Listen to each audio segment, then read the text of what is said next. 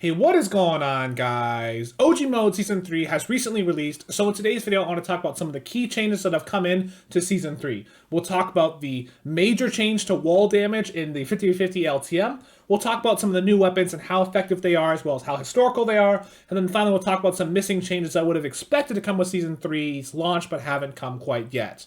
Okay, let's start out with the 50/50 wall damage. And in the normal game, solo, duo, squad, wall damage is just what you would expect. However, when you play 50/50, a weird situation has happened to where when you try and damage with either your pickaxe or a weapon, environmental walls. So, for example, you're at a house in Pleasant Park, you try and break in with your AR or with your pickaxe, you'll do normal damage. But against your own builds and enemy builds, you do approximately 1/4 of the damage that you're supposed to do.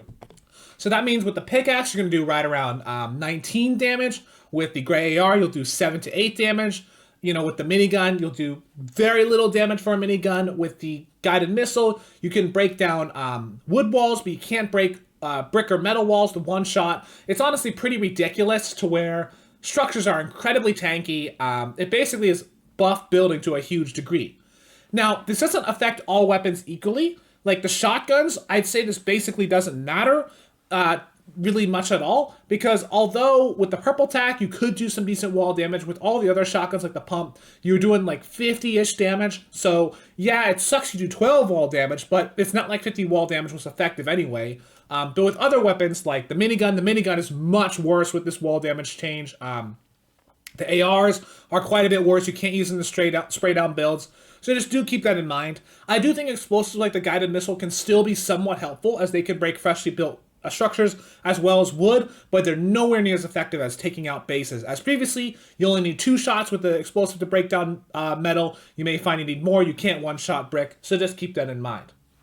Next, let's talk about some of the new weapons. So in terms of the hand cannon, if you remember in early Season 3, there was still no damage fall off, so the hand cannon could do maximum damage at long range, but it didn't have first shot accuracy, and it also had a 2.5x headshot multiplier at that time.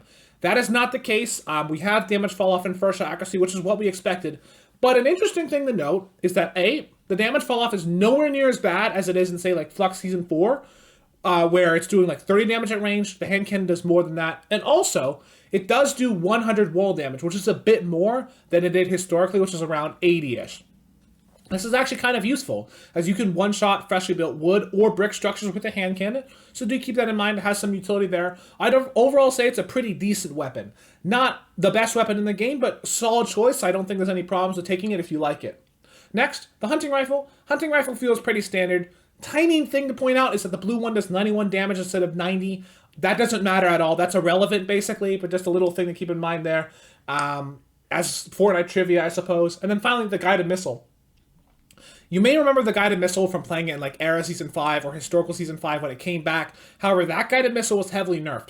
This one still does 105, 110 damage for purple gold. And while yes, it does have a limited turn rate, so you can't just spin it on a dime super easily, I still think it is reasonably useful. It's not the greatest weapon in the game, and as you get better, if you can box up quickly, you can counter the guided missile pretty easily.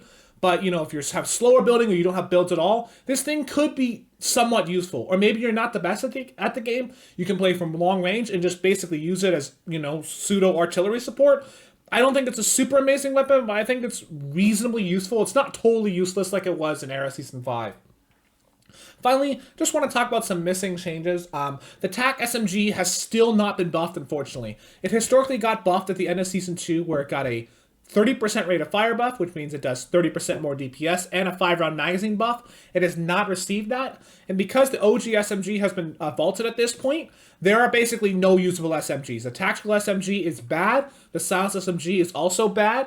Basically, there are no situations outside early game where you should be running SMGs. If you want to run something to back up your shotgun, either run double shotgun, you could run a hand cannon, or you could run a standard AR. Do not use the SMGs. And also, the various strange balance changes that happened in Season 2, like where the pump has 84 and 92 damage, which is Chapter 2, Season 6 statistics, that has not changed. So at this point, I'm going to say at this point, I highly doubt it's a bug. This is just how it is. It's kind of unfortunate. If they fix it, great. But at this point, I think that's just reality. Still, though, I think Season 3 has been pretty fun. 50/50 mode has been cool, but I do hope they make some improvements, as I do think elements of Season 1 were significantly better. And with that, I hope this video was helpful. If you notice any more changes or you'd like to point out, feel free to leave it in the comments below, and I'll catch you in the next video.